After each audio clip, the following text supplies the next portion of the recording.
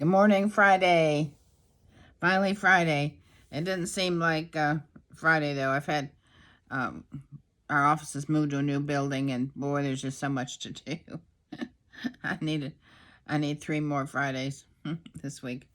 But anyway, so for whatever reason, I'm my first thought of the day. Well, actually, it was yesterday, and this is a carryover from yesterday, from all my thoughts from yesterday, and many of them. Anyway, so I came upon a book years and years and years ago by Ralph Waldo Emerson, and he was a speaker and a writer and very prolific, prolific, prolific, I guess is the word. But anyway, so one of the things that caught my attention, he's the one that said, if a tree falls in the middle of a forest and no one's around to hear it, no one's around, does it make a sound?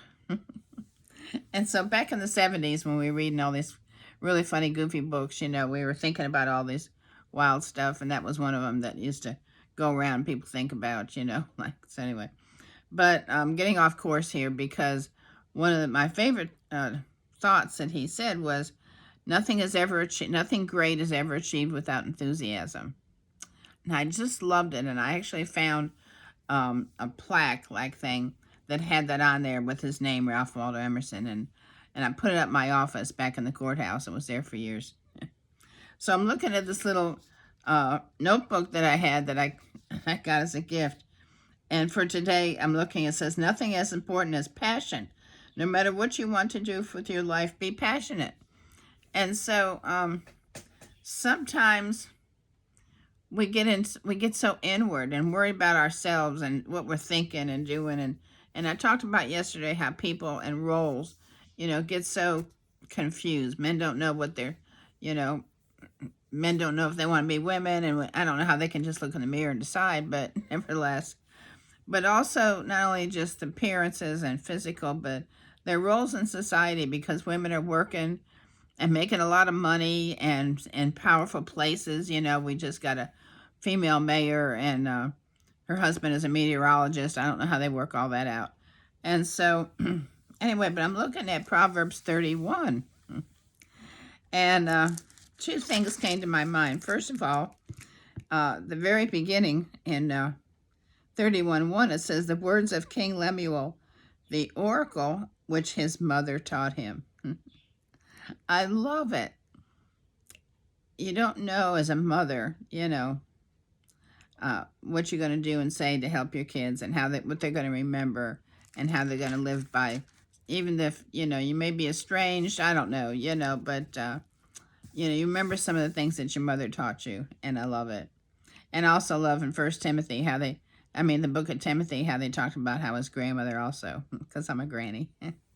But okay, so Proverbs 31 is all about this woman that just does everything. She's taking care of the house, she's planting a vineyard and selling, and she's planting fruits and vegetables and she's selling. One here it says she rises while it's still night, gives food to her household. She brings food from far away. So she's traveling, she's doing. Her lamp does not go out, but it burns continually through the night. You all can remember, I don't know how old you are. I can remember I'm 75, working and taking care of the household, and, while the husband's over there playing with his motorcycle. But anyway, and says she does not fear the snow for her household, for all in her household are clothed in scarlet wool. And then it comes down here, it talks about the husband maybe twice. And it says her husband is known in the city gates when he sits among the elders of the land. Sits. That's the only verb he has, is sits. I'm not against men, and I'm going to tell you why in a minute. And it says, an excellent woman, capable of intelligent and virtuous. Who is he who can find her? She comforts and encourages her husband, and she comforts, encourages, and does him only good and not evil. But it also says the heart of her husband trusts in her. So, he admires her. He loves her. He cares about her. But it doesn't say he's helping her in the vineyard. It doesn't say he's helping her sell all this stuff. Doesn't say he's helping in the house. It doesn't say, he's helping, you know, feed the kids. Nothing. It's just, the only verb I see here is, there's two verbs in here. There's two, it says he sits. It says 31:23, he sits. And then it says, over here in 31, I think it's 11, it says he sits. The only verb that I got for him. But anyway, and so that's all can be funny, and I'm not dissing men. Because one of the things that I've thought about, I think about, and I've thought about these things. My father was a draftsman and an engineer.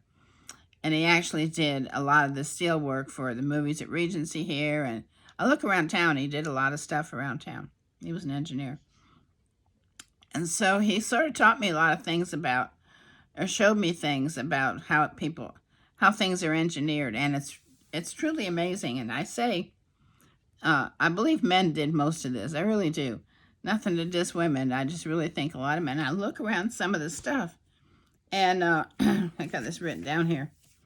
It's like who these buildings and the lights in the buildings. How do we have a good water system? And I look at some of these trucks with lifts and tractors and trailers and stuff, and all the mechanism it takes. Even dump trucks and cement trucks. Who engineered all this stuff? I mean, even cars, airplanes, you just think of everything in this world that we use and how complex it's got to be, and how did they think of all? I mean, I'm a paralegal. I do mostly typing. If I make a mistake, I just retype, and I don't have to do any really major, engineering in anything I do. I just read textbooks and we read the law and we go according to the law. But I'm just saying, look at this stuff in your world. And I'm over here and I'm looking at the woman that does all this stuff in the home, takes care of the children and all this stuff. And then I'm looking at what the men, and I really believe most of the men have engineered all this stuff. I really do. And I'm sure there's lots of women now these days, and so I'm trying to say that you see the balance in this world is what I'm saying. And so, but somehow the families, when they've come together, it's a matter of confusion as to who does what, and and there's women trying to get ahead, and men, and like society, man, you just can't get enough. And so there's this mix up here, because even though we have this great society with the women and all these gifts and talents that the women have, and we have men with all these gifts and talents that the men have, but for some reason the family, and it's the enemy that's coming, that's trying to destroy the family, but I don't have an answer. God knows, and we just need to trust him that, the family needs to come together in prayer. I heard not too long ago a pastor's wife saying, just shocked me. I'd known her for years and years. And they said that we had never prayed together. My husband and I have never prayed together. This is a woman that had been a pastor's wife and a pastor for 40 years.